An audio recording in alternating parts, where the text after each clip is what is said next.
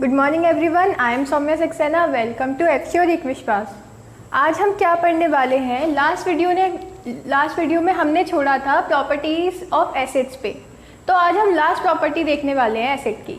अब हम last property ये है एसिड की कि एसिड जो होता है वो मेटल ऑक्साइड के साथ, मतलब कोई भी इधर पे अगर हम लोग मेटल ऑक्साइड ले लेंगे तो उसके साथ वो कैसे रिएक्ट करेगा।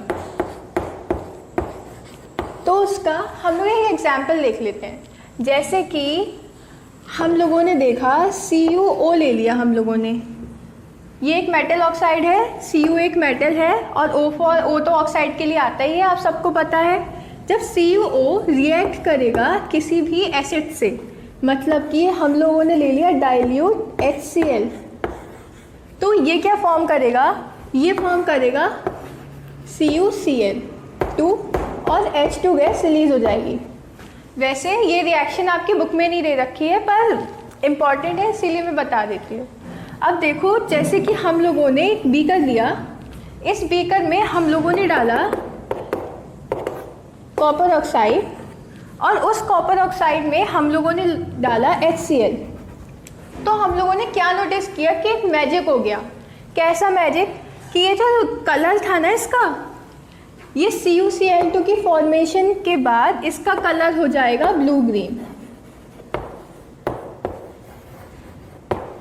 मतलब कि CuCl2 की फॉर्मेशन टेक्स प्लेस होगी और इस सॉल्यूशन का कलर हो जाएगा, जो भी हम लोगों ने कॉपर ऑक्साइड और डाइल्यूट HCl डाल के जो सॉल्यूशन बनाया उसका कलर हो जाएगा ब्लू ग्रीन। ये होता है जब हम लोग किसी भी एसिड का किसी भी मेटल ऑक्साइड के साथ रिएक्ट कराते हैं, पर सबका कलर ब्लू ग्रीन नहीं होता, ये कॉपर के केस में होता है। अगर हम किसी और मेटल के ऑक्साइड ले लेंगे तो उसका कलर उसके अकॉर्डिंगली वेरी करेगा। अब हम लोग एक जनरल रिएक्शन देख लेते हैं इसकी, कि जब भी कोई मेटालिक ऑक्साइड का हम लोग डाइल्यूट HCl के साथ, मतलब कि किसी भी एसिड के साथ रिएक्ट कराएंगे तो ये क्या बनाएगा? ये बनाएगा सॉल्ट और हाइड्रोजन गैस रिलीज होगी। इतनी चीज़ समझ में आ गई। अब हम चलते हैं बेसिस की प्रॉपर्टीज़ पे। एसिड्स हम लोगों ने देख लिया, अब हम बात करेंगे बेसिस की। जैसे हम लोगों ने एसिड्स में पढ़ा था कि एसिड मेटल के साथ कैसे रिएक्ट करेंगे, वैसे ही हम बेस में पढ़ेंगे कि बेस मेटल के साथ कैसे रिएक्ट करेगा। अब हम लोगों ने एक मेटल ले लिया Zn मतलब जिंक, सबको पता है कि ये मेटल होता है। इसके बाद हम लोगों ने लिया डाइल्यूट NaOH। NaOH एक बहुत ही कॉमन बेस है, इसीलिए हम लोग इसका ज़्यादातर यूज़ करते हैं। अब जब हम लोग इनका रिएक्शन कराएंगे, इस रिएक्शन में सोडियम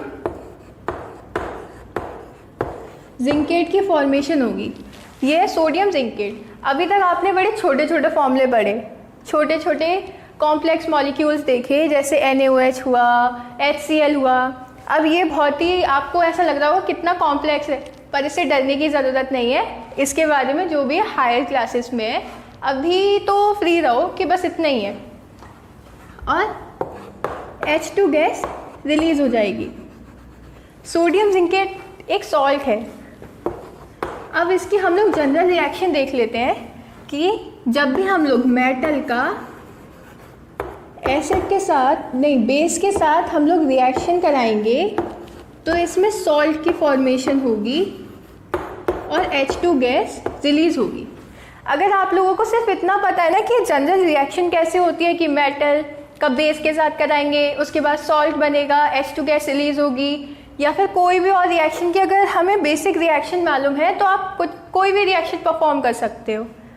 अब जैसे कि इसे हम लोग लैब में कैसे परफॉर्म करेंगे, ये बहुत ही इंटरेस्टिंग रिएक्शन है। अब जैसे कि हम लोगों ने एक बीकर लिया, अपनी स्कूल की लैब में जाना, स्कूल में ही लैब होती है सबके पास, घर में तो होती नहीं है, तो वहाँ पे जाना लैब में और डाइल्यूट NaOH लेना। डाइल्यूट NaOH लेने के बाद इसमें जिंक ग्रेन्यूल्स डालना। जब जिंक ग्रेन्यूल्स डालोगे तो इसे हीट करोगे, जब हीट हो जाएगा ये, तो ये बना लेगा सोडियम जिंकेट और H2 गैस रिलीज हो जाएगी। मतलब कि एक ट्रांसपेरेंट गैस हमें रिलीज होती हुई दिखेगी। इसीलिए ये सारी रिएक्शंस जो होती है इसे लैब में परफॉर्म किया जाता है ताकि ये हमें समझ में आए और याद रहे। अब हम चलते हैं नेक्स्ट रिएक्शन की तरफ। है बेसिस की नेक्स्ट प्रॉपर्टी कि जो नॉन मेटेलिक ऑक्साइड होते हैं वो बेसिस के साथ कैसे रिएक्ट करते हैं। अब हम लोगों ने क्या पढ़ा एसिड्स में कि मेटेलिक ऑक्साइड एसिड्स के साथ कैसे रिएक्ट करते हैं। हर चीज़ को लिंक करके पढ़ो, बहुत ईजी हो जाएगा। अब जैसे कि अभी हम लोगों ने नॉन मेटेलिक ऑक्साइड लिया, अब हम लोग कौन सी नॉन मेटेलिक ऑक्साइड लेंगे? कोई भी ले लो, CO2 ले लो। CO2 एक बहुत ही जानी मानी नॉन मेटेलिक ऑक्साइड है और सबको पता है CO2 क्या होता है, कार्बन डाइऑक्साइड होता है। अब बेस लेना है, बेस ले लो CaOH का होल ट्वाइस। ये रिएक्शन कहीं पे पड़ी सी लग रही है ना, ये हम लोगों ने एसिड्स में पढ़ी थी। याद करो कि वहाँ पे हम लोगों ने एक्सेस ऑफ CO2 जब CaOH का होल ट्वाइस, मतलब क्या है ये, लाइम वाटर से पास कराई थी। बिल्कुल डिक्टो रिएक्शन ये इधर भी होनी है। अब देखो जब CaOH का होल ट्वाइस से हम लोग एक्सेस ऑफ CO2 पास कराएंगे तो ये क्या बनाएगा, ये बनाएगा सॉल्ट बनाएगा। सॉल्ट बनाएगा कौन सा? CaCO3, कैल्शियम सॉल्ट बना लेगा ये। और ये जो कैल्शियम सॉल्ट है इसको, कैल्शियम तो सबको पता ही है क्या होता है और ये बहुत जगह पे यूज़ होता है। कैल्शियम सॉल्ट हमें कहाँ से मिलता है? लाइमस्टोन, मतलब जो चूने का पत्थर होता है, चौक भी कैल्शियम की होती है। बहुत सारी चीज़ें कैल्शियम सॉल्ट से बनी हुई होती है और बहुत सारी चीज़ों से हमें कैल्शियम सॉल्ट मिलता है। मतलब बहुत बेसिक मिनरल है, कहीं मतलब ज़्यादातर कहीं पर भी मिल जाता है हमें। और यहाँ पे पानी भी फॉर्म होता है, मतलब H2O की फॉर्मेशन भी और होती है। जब भी हम लोग ये रिएक्शन कराते हैं CO2 CaOH का होल ट्वाइस तो सॉल्ट होता है, बनता है और H2O भी बनता है। अब इसकी एक जनरल रिएक्शन देख लेते हैं। जैसे कि किसी भी हम लोग नॉन मेटेलिक ऑक्साइड का हम लोग किसी भी बेस से रिएक्ट करा देंगे उसे तो ये सॉल्ट बनेगा और वाटर फॉर्म होगा। कि जब भी हम लोग किसी नॉन मेटेलिक ऑक्साइड का बेस से रिएक्ट करा देंगे तो सॉल्ट बनेगा और वाटर फॉर्म होगा। ये जनरल रिएक्शंस याद करते चलो, ये बहुत इंपॉर्टेंट है। अब जैसे कि पहले हम लोगों ने देख चुके हैं ये रिएक्शन, फिर भी एक बार और बता देती हूँ कि ये टेस्ट ट्यूब में हम लोगों ने CaOH का होल ट्वाइस लिया, लाइम वाटर लिया। इसमें जब हम लोग CO2 एक्सेस ऑफ CO2 पास कराएंगे तो क्या हो जाएगा? CO2 सही अमाउंट में पास कराएंगे तो क्या हो जाएगा? लाइम वाटर टर्न्स मिल्की, मतलब यहाँ पे एक वाइट प्रेसिपिटेट नीचे बैठ जाएगा और क्या फॉर्म होगा? CaCO3। पर जब हम लोग एक्सेस ऑफ CO2 पास करा देंगे इसमें तो क्या बन जाएगा? लाइम वाटर ट्रांसपेरेंट बन जाएगा, जो कि हम लोग पहले रिएक्शन में देख चुके हैं। एक बार एसिडिक की रिएक्शन हम लोग पढ़ चुके हैं इसी तरह से। तो अब हम चलते हैं नेक्स्ट चीज़ की तरफ। अब हम देखते हैं कि अब हम आगे क्या पढ़ने वाले हैं। अब हम पढ़ने वाले हैं कि जो बेस होते हैं वो एसिड के साथ कैसे रिएक्ट करते हैं, या एसिड होते हैं वो बेस के साथ कैसे रिएक्ट करते हैं। दोनों एक ही बात है क्योंकि रिएक्शन तो दोनों ही कर रहे हैं। अब ये देखो कि अभी तक हम लोगों ने क्या पढ़ा? Properties of basis, properties of acids. अब ये दोनों का अगर हम लोग साथ में रिएक्ट कराएंगे तो क्या फॉर्म होगा? अब बेस ले लो, कोई भी ले लो, डाइल्यूट हम लोगों ने ले लिया NaOH, और एसिड लिया हम लोगों ने डाइल्यूट HCl। HCl जब डाइल्यूट NaOH के साथ रिएक्ट करेगा तो ये बनाएगा NaCl। NaCl बनेगा और H2O भी फॉर्म होगा। अब ये जो NaCl है ये क्या है? नाम सुना सुना सा लग रहा है, कॉमन सॉल्ट, घर में भी खा लेते हैं हम लोग कभी कभी, हमेशा रोज़। तो NaCl एक सॉल्ट है। अब हम लोग इसका बेसिक स्ट्रक्चर देखते हैं इस रिएक्शन का कि जो एसिड होता है जब हम उसका बेस के साथ जब हम उसे बेस के साथ रिएक्ट कराएंगे तो सॉल्ट बनेगा और H2O भी फॉर्म होगा। अब एक नई चीज़ देखते हैं, जैसे कि डाइल्यूट HCl है, जब हम लोग इसे तोड़ेंगे तो ये बनेगा H+ और Cl-, और ये जो NaOH है ये बनेगा Na+ और OH-, अब देखो, ये नेगेटिव, ये पॉजिटिव, ये एक दोनों को अट्रैक्ट कर लेंगे, और ये पॉजिटिव, ये नेगेटिव, तो ये एक दूसरे को अट्रैक्ट कर लेंगे। तो क्या फॉर्मेशन होगा? ये फॉर्मेशन होगा H2O का। इसे हम लोग एक और तरीके से देख सकते हैं कि जो एसिड्स होते हैं वो H+ आइंस रिलीज़ करते हैं वाटर में, और जो बेस होते हैं वो OH नेगेटिव आइंस रिलीज़ करते हैं वाटर में। तो जब हम इन दोनों को मिला देते हैं तो ये क्या बन जाता है? ये बन जाता है H2O। मतलब कि ये दोनों मिलके तो खुद वाटर की फॉर्मेशन कर रहे हैं। देख रहे हो कि हर चीज़ को कितना लिंक करके पढ़ोगे तो कितना इजी हो जाएगा। तो अब हम देखते हैं एक्टिविटी। जैसे कि एक बीकर लेना, टेस्ट ट्यूब ले लो या बीकर ले लो, कुछ भी ले लो, तो उसमें डालना, क्या डालोगे? NaOH का सॉल्यूशन, मतलब NaOH प्लस वाटर। अब देखना कि इसमें फिनोप्थिलीन डालना। जब फिनोप्थिलीन डालोगे तो ये कैसा हो जाएगा? लिख दिया है ताकि याद रहे। जब फिनोप्थिलीन डालोगे तो ये कैसा हो जाएगा? ये पिंक हो जाएगा।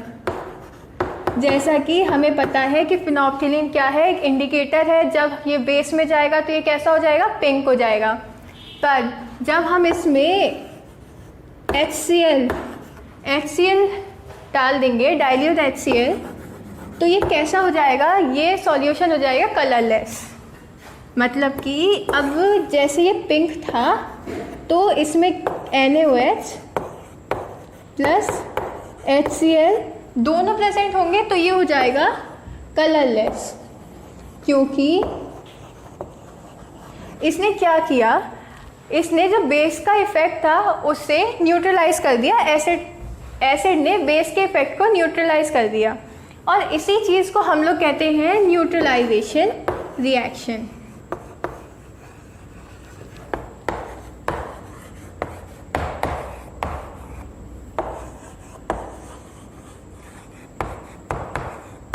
मतलब जो एसिड या बेस दोनों के इफेक्ट को नलीफाई कर दे उसे कहते हैं हम लोग न्यूट्रलाइजेशन रिएक्शन। ये बहुत जगह यूज़ होता है। अभी हम लोग आगे पढ़ेंगे, जब हम पीएच की इम्पोर्टेंस पढ़ेंगे तब बताएंगे कि इसकी इम्पोर्टेंस क्या है। अब हम आगे चलते हैं। आप लोग स्टार्ट करो। ओहो, स्टार्ट।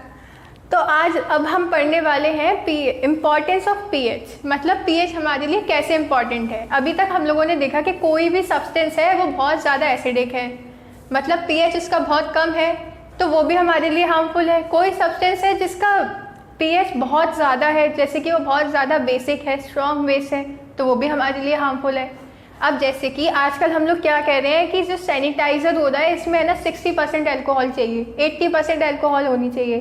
पर ये जो 60% और 80% अल्कोहल है ये हमारे लिए कितनी हार्मफुल है। मतलब कि जब हम लोग उन्हें हाथ धोएंगे, जैसे जर्म्स ही मर रहे हैं, तो ये हमारी स्किन के लिए कितनी हार्मफुल है। कभी ऐसा हुआ है कि साबुन से बहुत देर तक हाथ धो, बार बार हाथ धोते रहो, आधे घंटे में कम से कम 5-6 बार हाथ धो साबुन से बहुत देर तक के लिए, कैसी हो जाएगी स्किन? बहुत डल हो जाएगी, रफ हो जाएगी, और ऐसा लगेगा कि अब चलो कुछ बॉडी लोशन या कुछ ऐसा लगा लिया जाए।